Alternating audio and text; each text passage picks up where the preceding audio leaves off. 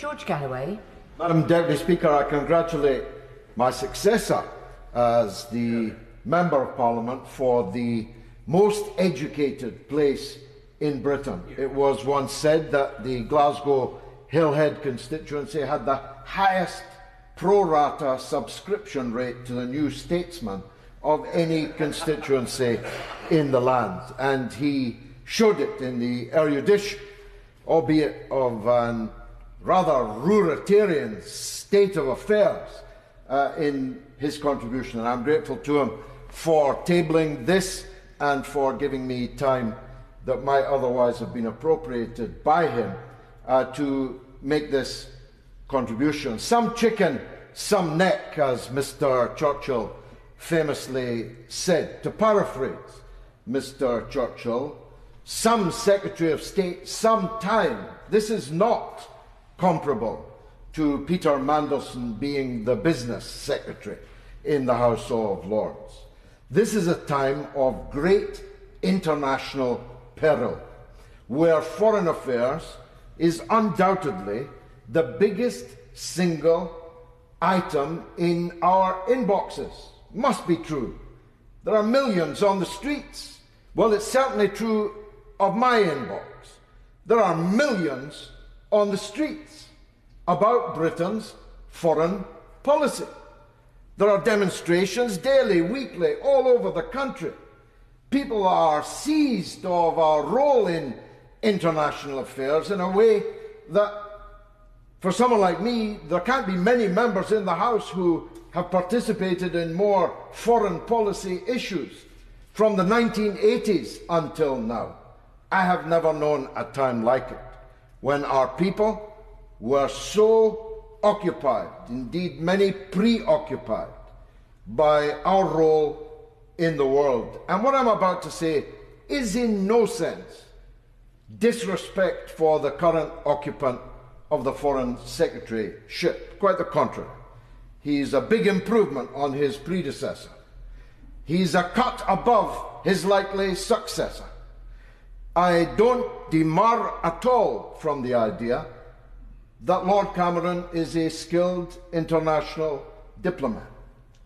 Our problem is, as a country, who are forever lecturing other people on the quality of their democracy, now have an unelected head of state, an unelected Prime Minister, and an unelected Foreign Secretary, the second most important piece on the Treasury bench. And that's ruritarian. It's actually rather absurd if you start to consider it. As the Honourable Gentleman for Glasgow North was adumbrating the possible outcomes of a lectern being erected just at that white line there, so that we could all, and the microphones would need to be adjusted, face that way instead of, Madam Deputy Speaker, facing towards you. That's ridiculous. If there was a will, there would be a way. The silence from the government in response to the procedure committee's beseeching of them to find a solution to this is eloquent, as such lengthy silences always are. We have a situation where daily, if not hourly, new and dramatic foreign policy developments are occurring.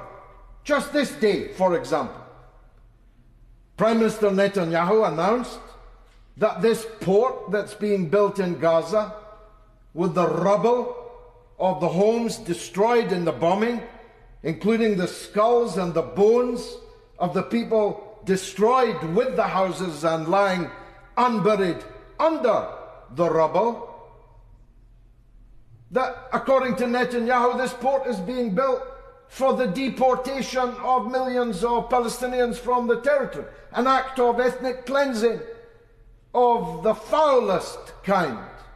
We would have expected a statement from the Foreign Secretary in the light of such a dramatic development. But statement came there none, and could come there none. His able deputy, and I share the honourable gentleman's feelings for the Minister of State. A fine man, I've known him a very long time. He cannot possibly cope with all of this workload as effectively Lord Cameron's deputy in here, his vicar on earth in here. But even if he could, he still would not be the Foreign Secretary. We cannot continue to be a democratic country. We cannot continue. Of course. Yeah, I think sorry, of course. We'll be brief because it is very unusual to come in after an adjournment debate has started and then intervene. And it is important that everybody who does intervene stays to the end as well. Deputy Speaker, and thank you for that strict reminder. Does the honourable gentleman agree that if he or I was to secure an urgent question, the same principle would apply? The Foreign Secretary would not be here. Indeed, cannot be here for reasons which are what? About architecture? Kindly guide me with your eyebrows as you normally do, Madam Deputy Speaker, if I am going on too long. I'm not entirely sure about the timings of all of this. But as a matter of architecture, for a democratic chamber to be bereft of the presence of its principal diplomat, the country's principal diplomat, at a time of massive international tension, is completely absurd. Madam Deputy Speaker, for those of us on this day in 2003, our country went off to the most disastrous war that we fought for well over 100 years. It was a disastrous decision.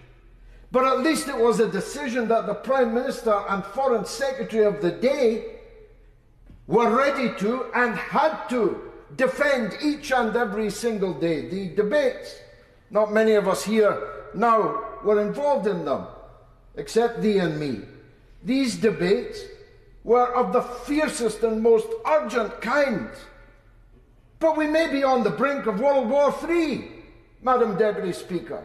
Little Macron may be about to march his legionnaires into Odessa, creating the gravest international crisis since the Second World War. And we will not be able to question our Foreign Secretary about it. We'll have to wait for the morning editions to learn what the government intends to do about it. War in Ukraine, war in Gaza, maybe war against Iran, war in the Red Sea, war everywhere. Foreign Secretary, nowhere. Nowhere, at least, that he can be questioned by the people in this country who are elected to question him. That's the point, Madam Deputy Speaker. It is our duty to hold ministers to account. But by definition, in this situation, we cannot hold the occupant. We talk about great offices of state. At such a period of high tension, there can be no doubt that the second most important office of state in Britain today is the Foreign Secretary, but he is out with our reach. We can't even, as we once did, rub shoulders with them in the division lobby. We can't even see him in the members' tea room. We can't bump into him in the corridor here. We cannot in any way impress upon him that millions upon millions of our fellow citizens and our constituents have this or that concern, point of view on the great issues of the day.